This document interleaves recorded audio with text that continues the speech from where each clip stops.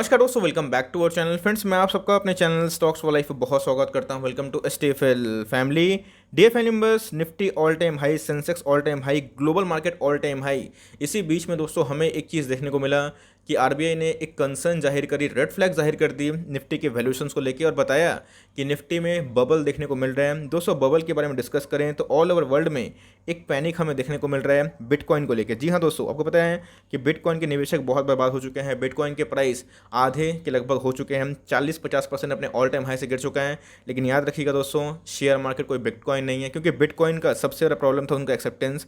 Share market में वैसी कोई बात नहीं है। शेयर मार्केट में क्या होता है, आप किसी का बिजनेस खरीदते हैं। जी हाँ दोस्तों, अगर आप किसी का बिजनेस खरीदते हैं तो बिजनेस में दम होगा तो वो हर एक मोमेंट पर सर्वाइव कर लेगी।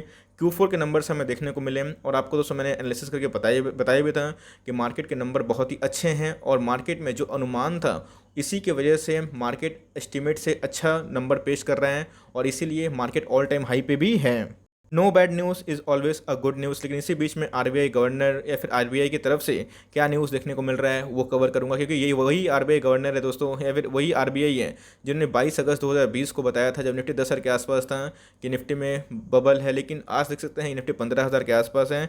याद रखिएगा दोस्तों, मैं इस बात को एकदम एडमिट करता हूँ कि निफ्टी के वैल्यूएशंस काफ़ी महंगे हो चुके हैं। लेकिन इसी बीच में याद रखिएगा, निफ्टी आज भी महंगा था, कल भी महंगा लगेगा, क्योंकि जिन्होंने निफ्टी को 12,000 पे देखा उनको निफ्टी 12,000 पे महंगा लग रहा था।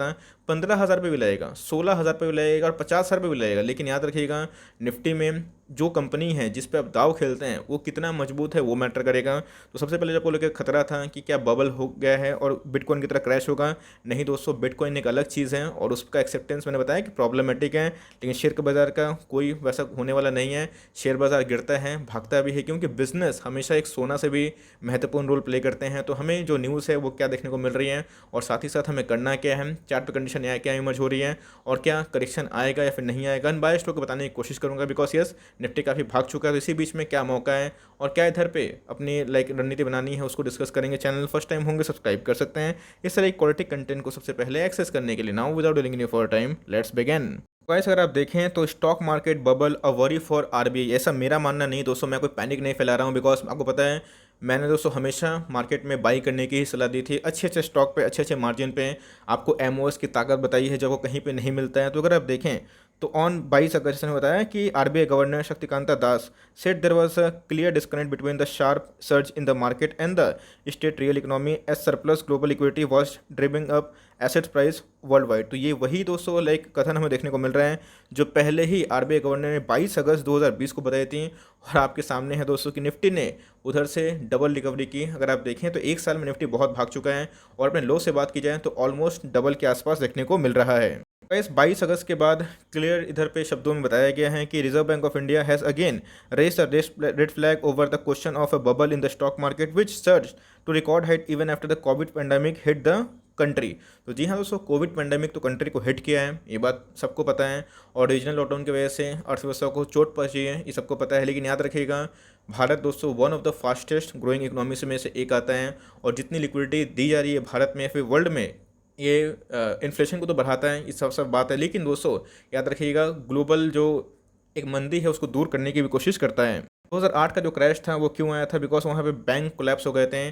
फेड की बात की जाए उतनी एक्टिव नहीं थी, आरबीआई की बात की जाए उतनी एक्टिव नहीं थी। लेकिन जिस हिसाब से अभी दोस्तों मार्केट में लिक्विडिटी है वो बहुत ही अहम रोल प्ले कर रहा है। तो इधर पर अगर आप देखें तो इन्होंने बताया भी है, जैसे बताया कि मार्केट में अगर इनफ लिक्विडिटी आती है तो इससे क्या होता है, एसेट प्राइस इन्फ्लेशन को लेके मार्केट में एक कॉन्टेक्स्ट होता है। ऑल्दो अगर 2020-21 की बात की जाए तो एस्टिमेटेड था 8% कॉन्ट्रैक्शन का, मतलब पॉजिटिव था ही नहीं दोस्तों, नेगेटिव था, लेकिन अनुमान से वो कम ही कॉन्ट्रैक्ट हुआ। और 2021 और 22 की बात की जाए तो मूडीज ने डाउनग्रेड तो कर दिए हैं, 13 से 9 कर दिया है। लेकिन इसी बीच में मैं आपको बताऊं तो आने वाले कल में अगर इंडिया जिस हिसाब से रिकवरी करेगा, दूसरा देश उससे कम करेंगे, ऐसे बहुत सारे ब्रोकर्स का मानना है। और चीन की बात की जाए, इंडिया की बात की जाए, इंडोनेशिया की बात की जाए, जितने फास्टेस्ट ग्रोइंग इकोनॉमी में देखने को मिलते हैं, इसमें अहम भूमिका प्ले होता है। तो यही दोस्तों आरबीआई कंसर्न है निफ्टी के वैल्यूएशन को देखिए। यस, निफ्टी का वैल्यूएशन हमेशा रिच देखने को मिलता है और निफ्टी को हमेशा महंगा लगता है, लेकिन उसी बीच में याद रखिएगा दोस्तों, जो अच्छे स्टॉक्स हैं वो नया हाई लगाते रहेंगे। आपको मैंने बहुत बार चार्ट एनालिसिस बताई है कि अच्छे स्टॉक सस्ते नहीं होते हैं। तो आपको प्लानिंग क्या करनी है, अच्छे स्टॉक को पोर्टफोलियो में रखना है, क्योंकि मार्केट अगर करेक्ट होता है तो ये आपके हाथ में नहीं है, ना मेरे हाथ में है। लेकिन इस बात को ध्यान रखिएगा कि जो पॉजिटिव न्यूज़ वर्ल्ड वाइड से आ रही है ये बहुत अहम भूमिका प्ले करती है।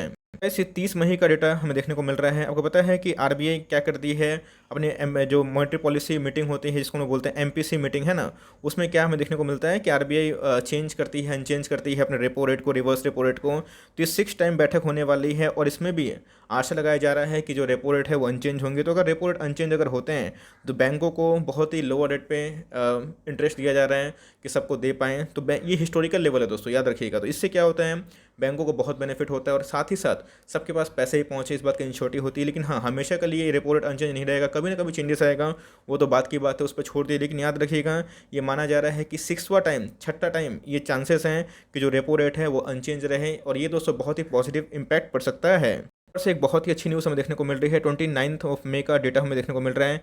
केसेस गाइस 2 लाख से भी कम हो चुके हैं। 1,65,000 ही न्यू केसेस हमें देखने को मिल रहे हैं। आप देख सकते हैं कि बहुत ही नीचे फॉल हमें देखने को मिल रहा है। बहुत ही अच्छी न्यूज़ है, बिकॉज इस हिसाब से कोविड का सेकंड पैंडेमिक का जो सेकंड वेव है वो फियर देखने को मिल रहा था, वो देखने को मिल रहा है, कम हो चुका है। बहुत ही मैं बोलूँगा पॉजिटिव। तो ये दोस्तों बहुत ही पॉजिटिव न्यूज़ है, मार्केट इसको लेकर चीयर करेगा। उसके बाद स्टिमुलस मिलने के चांसेस है, दूसरा पॉजिटिव न्यूज़। तीसरा, एमपीसी मीटिंग में हमें जो कोई भी रिपोर्ट में अनचेंज देखने को मिलेगा, वो तीसरा। और सबसे इंपॉर्टेंट चीज़ ग्रोथ फैक्टर। जी हाँ दोस्तों, जब तक भारतीय बाजार को छोड़ के अंतर्राष्ट्रीय मार्केट तेज रहेंगे तो मार्केट में दोस्तों हरियाली छाई रहेगी। इस निफ्टी की बात की जाए, आपको पता है कि निफ्टी भाई बहुत महबूबा है सबकी, एफआईएस के, डीआईएस की। तो मार्केट की बात की जाए तो ये बहुत तेज़ बढ़ने वाली इकोनॉमी है। और इंडियन मार्केट की बात की जाए तो आने वाले 20 साल दोस्तों, ये मुझे लगता है कि one of the fastest growing economy में एक रहेगी, ऐसा मेरा अनुमान है। तो अगर आप देखें तो यस, अपने प्रीवियस जो हाई था 12,400, उससे करेक्शन के बाद निफ्टी ने बाउंस बैक दिया है, लेकिन इसमें समय भी लगा है। अब ऐसा नहीं कि एक दिन में दे दिया है, बिकॉज 2020 का क्रैश कैसे इंसान भूल सकते हैं। लेकिन उधर पे दोस्तों अगर आप देखें, वहाँ से कहानी बहुत चेंज हो गई है। कोविड को लेके जो फियर है वो एकदम नील के समान हो चुका है। लोग अभी डरते उड़ते नहीं हैं। हाँ, जिनके घर में हादसा हो रहा है उनको लेके मतलब उनके उनसे दोस्तों क्या बोलूँ, लाइक थोड़ा सा हर्टिंग फील होता है उनको देख के। लेकिन फिर भी अगर आप देखें तो कोविड को लेके वैसा कोई फियर देखने को नहीं मिल रहा है। स्टिमुलस को लेके बात चल रही है भारत में, और खास दोस्तों पूरा ग्लोबल मार्केट ठीक है, अनुमान से नंबर्स अच्छे आ रहे हैं। तो मेरा दोस्तों मानना यही है कि आरबीआई ने पहले भी रेड फ्लैग इशू किया था और उसका कोई अंजाम देखने को नहीं मिला। तो मेरे हिसाब से अगर आप सोचते हैं कि हमेशा क्रैश होगा तो ही लेंगे, तो गाइस आपको मौका नहीं मिलता। बस अगर आप देखें 2008 के लगभग भी इधर पे मार्केट गिरा था, रिकवरी हुआ था। इधर बहुत लोग बोल रहे थे कि क्रैश है, क्रैश है, क्रैश है, और आप देख सकते हैं कि मार्केट धीरे धीरे बढ़ते ही गए। तो कहानी वही दोस्तों, मार्केट भागेगा वैसा नहीं कि पूरा ऐसे भाग जाएगा। हो सकता है कि गिरे, प्रॉफिट बुकिंग कभी भी लेवल पा सकती है। बिकॉज निफ्टी की बात की जाए 15,400 के लेवल पे है, तो प्रॉफिट बुकिंग आएगी ही आएगी। निफ्टी 50 की बात करूँ, निफ्टी नेक्स्ट 50 की बात की जाए, मिड कैप स्मॉल कैप में सब में प्रॉफिट बुकिंग आएगी। और ये साइकिल है, बिकॉज हमेशा मार्केट नहीं भागता है, गिरता भी है। और याद रखिएगा, स्टॉक मार्केट की बात की जाए तो ये कोई फिक्स्ड एसेट क्लास नहीं है कि आपके पैसे फिक्स्ड होंगे। इसमें subject to the market risk पहले ही बताया जाता है कि मार्केट में कोई भी रिस्क गारंटेड नहीं है। तो प्लस माइनस होते रहता है।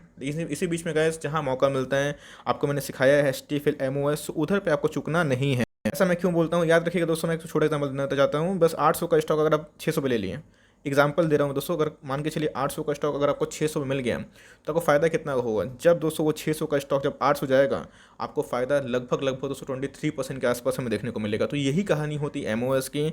आप याद रखिएगा, मार्केट को टाइम मत करिए। जहाँ पे आपको अच्छे स्टॉक मिले, एस्टेबल के टॉप पिक या फिर आपके टॉप पिक भी हो सकते हैं, उधर पे करेक्ट एमओएस लेके घुस जाना है। मार्केट में कुछ भी आए, अगर आप एमओएस पे खरीदते हैं तो आपका डैमेज के चांसेस कम हो जाते हैं। आप खोजिए कि कौन सा स्टॉक एमओएस के लेवल पे है, वहाँ पे रणनीति हो सकती है। बहुत सारे स्टॉकों में कवर करता हूँ। ऑल्दो दोस्तों मार्केट बहुत ही ऑल टाइम हाई पे है, तो बहुत सारे स्टॉक एमओएस लेवल पे निकल चुके हैं। लेकिन थोड़ा वेट एंड वॉच करें, मार्केट सबको घुसने का मौका देता है, आज नहीं तो 5 महीना बाद, 4 महीना के बाद। तो अपनी एसआईपी को प्लान करते रहें और इधर पे बल्क निवेश बिल्कुल भी ना करें। यहाँ पे दिक्कत इस बात का है, बिकॉज निफ्टी के तेजी को देख के सब निवेश करना चाहते हैं बल्क। बिकॉज सबको दिखाई पड़ता है कि 10 लाख के अगेंस्ट में अगर पैसा 50% हो गया 15 लाख मिलेगा, लेकिन किसी को पता नहीं चलता कि वही 50% डाउन हो गया तो 5 लाख ही मिलेगा, है ना। तो कहानी दोस्तों वही है, इस बात को ध्यान रखिएगा। पैसा रिस्क पे कम निवेश करना है और जहाँ पे आपको डिप मिले उधर पे निवेश ज़्यादा करना है। लॉन्ग टर्म इन्वेस्टर को लेकर कोई खतरे वाली बात है नहीं, बिकॉज हमारे पास हमेशा कैश रहता है, रिजर्व रहता है, और हम लोग को जहाँ मौका मिलता है वहाँ पे हम लोग निवेश कर देते हैं। जो शॉर्ट टर्म वाले हैं अपने प्रॉफिट बुक करके चले, ये मेरा मानना है। और मार्केट में अनुमान से नंबर अच्छे आ रहे हैं, बहुत सारे ग्लोबल सेंटीमेंट काफ़ी अच्छे हैं। स्टिमुलस अगर आता है तो उसको लेकर अच्छी खुशखबरी हमें देखने को मिल सकती है। कोविड केसेस बहुत कम हो चुके हैं। तो ये सब दोस्तों मार्केट में पॉजिटिव पॉइंट है। मार्केट साइकोलॉजी चलता है और प्राइस फोरकास्ट चलता है। आरबीआई गवर्नर दोस्तों ग्रेटेस्ट स्टॉक मार्केट इन्वेस्टर नहीं है, इस बात को ध्यान रखिएगा। वो उनका कंसर्न है जो कि हम लोग करेंगे, लेकिन हम लोग को प्लानिंग करनी है और उसी प्लानिंग के अकॉर्डिंग हमें काम करना है। बिकॉज खतरा जो बता रहा है उनका लाइक स्वागत है, ठीक है, उनका कंसर्न है, लेकिन हमें अपनी प्लानिंग करनी है और सिस्टमेटिक वे से इन्वेस्टमेंट करना है, यही मेरी आपको सलाह होगी। सो टाइमिंग ये छोटी सी अपडेट थी। मुझे वैसा लगता नहीं है मार्केट में कभी भी लाइक 8-10% का 5% का करेक्शन आ सकता है, बट वो क्रैश नहीं होगा। क्रैश दोस्तों जब 20% से ऊपर इंडेक्स हिट जाए तो उसको क्रैश बोलते हैं, लेकिन अभी मुझे उतना पॉजिटिव दिखाई नहीं पड़ता। So for timing that's and the video. I hope दोस्तों वीडियो आपके लिए हेल्पफुल है। कंटेंट सही लगा तो एक लाइक कर दिएगा। चैनल फर्स्ट टाइम होंगे तो याद से सब्सक्राइब करना ना भूलें। फर्दर कोई डाउट ड्रॉप कर सकते हैं, और कोई का रिव्यू चाहिए उसका नाम भी ड्रॉप करना ना भूलिएगा। I would love to make a video on your demand. Guys मिलते हैं जल्दी ही, तब तक के लिए bye. Thanks for listening friends, God bless you all.